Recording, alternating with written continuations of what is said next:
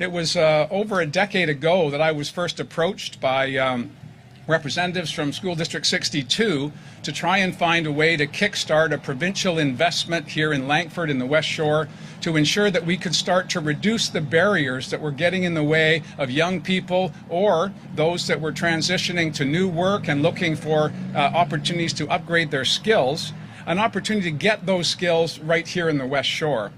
And so fast forward 12, 13 years later, at least on my watch, and again, I know there are people here who I've been talking to who have been talking about this issue for a lot longer than I've been involved in it. But today, I'm delighted to announce that effective today, we will be making a $77.8 million investment on behalf of the province, matching $19 million that was put up by Royal Roads to purchase this land, an additional $27 million being provided by the City of Langford to ensure that the amenities around this site are in place, for a total of $125 million to develop a Westshore campus for Royal Roads, the University of Victoria, Camosun College, and the Justice Institute of British Columbia. Unprecedented collaboration. Unprecedented collaboration by our post-secondary institutions. And why this is so exciting, and I want to Philip's going to have an opportunity to come up and speak for himself, but I want to acknowledge how extraordinary Philip's role was in all of this, because it is unprecedented to have not one, not two, not three, but four post-secondary institutions collaborating together to find the best product for the citizens that they want to serve.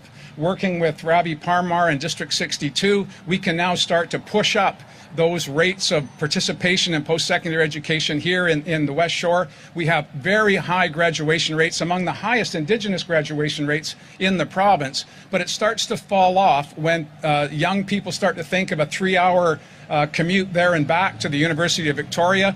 Fortunately, there are multiple Camosun campuses, but still, it's a challenge to get from here to where you need to get the skills that you need. And I want to also really lean into the Justice Institute of BC putting their home here in the Westshore. So many people looking to upgrade their skills. If we're going to be having the almost 80% of the million jobs that will go wanting in the next decade will require post-secondary education. So to be able to have a one-stop shop here in Langford for all of the Westshore and indeed all of the South Island is truly, truly remarkable. And Philip, to be able to get all of the participation from the other institutions is truly, truly amazing. I firmly believe that education is the great equalizer in our society. It gives people an opportunity to realize their full potential, and it's the job of government and leaders, whether they be at the school board, whether they be at municipal tables, or on the boards of our universities and other post-secondary institutions. It is our job to reduce barriers so that we can train the next generation of nurses, of doctors, of lab techs, of any number of other vocations that you can imagine. All of them are wanting for people right now, and the best and fastest way to address that is to make spaces for post-secondary education so that the diversity of people in our community can recognize and acknowledge the diversity of opportunity that's available for them that benefits all of us in the long term.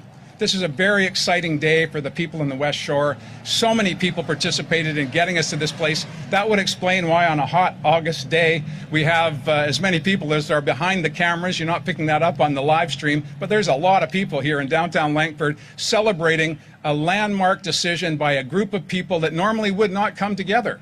But they did because this is so important. They did because this is the future of education, not just in British Columbia, but indeed across Canada and indeed around the world. Micro-credentials is something you probably haven't heard a lot about. You're going to be able to learn a whole bunch about that right here. As young people and those who want to retrain and reskill for the challenges and the opportunities of the future can do that in their home community. The fastest growing community on Vancouver Island, among the fastest growing communities in British Columbia. What a great place to put a new post-secondary institution. I, as you well know, could talk longer, but there are 2,000 or 3,000 other people following me, and I want to just, again, from the bottom of my heart, thank all of those who have been on this journey for a decade and more to make sure that we could put in the heart of Langford an institution that the whole West Shore, all the way out to Port Renfrew, could be proud of, and they could access the services they need. Whether it's the Innovation Centre, which will be part of this 5-story mass timber, BC mass timber building,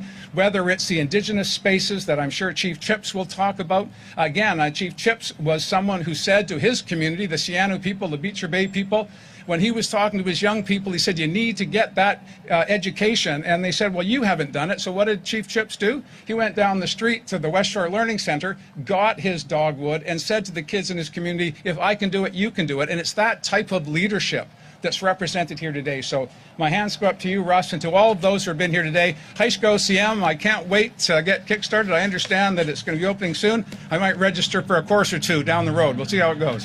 Thank you.